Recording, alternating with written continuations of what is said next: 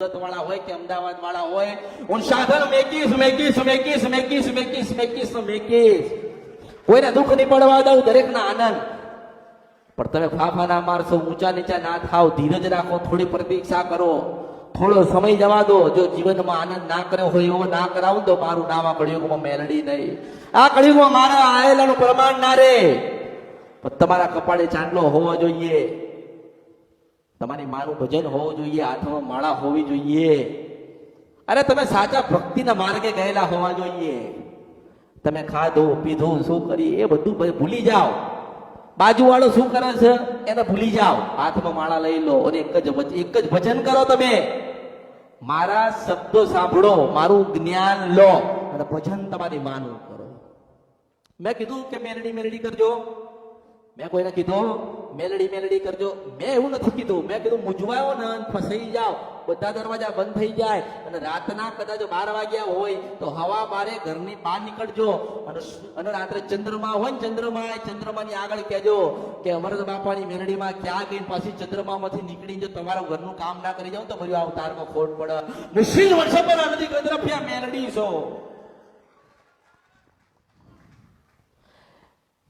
ભક્તિના જ માર્ગે જશો તો સુખી થવા છે, બીજું કશું નથી. ભક્તિના માર્ગે જશો તો જ તમારું સારું થશે. તમારી ખોડિયાલના ગુના કર્યા, તમારી મેલડીના ગુના કર્યા, તમારી બ્રહ્માણીના ગુના કર્યા, તમારા ઘરે શિકોતર બેઠી હતી એના ગુના કર્યા, તમારી જોગણીના ગુના કર્યા, તમારી શિકોતર બેઠી હશે એના ગુના કર્યા. તો એ રાજી કરવી હોય ને અને તમારે માના દર્શન કરવા હોય અને આજીવન સુખમય જીવન જીવવું હોય ને તો હાથમાં માળા પકડી લેજો. આ તો હું ઘણા જોઉં છું, આમ ઊંચો નીચો થાય, હું ઊંચો નીચો થાય, આખી જિંદગી જતી રહી ખબર નહીં પડતી. શાંતિથી બેસી જા, હું બેઠી છું એવી રીતે. હું પરમાત્માની પ્રાપ્તિ કરાવવા માટે આ કળિયુગમાં દરેકના જન્મથી ભગવાનના દ્વાર સુધી પહોંચાડવા આવી છું. કોઈ જન્મ કોઈને લેવા નથી દેવા.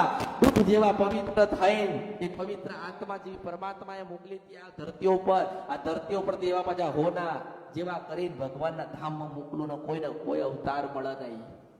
બધાને મોક્ષની પ્રાપ્તિ મળી જાય. ભગવાન વગર મોક્ષની પ્રાપ્તિ નહીં થાય.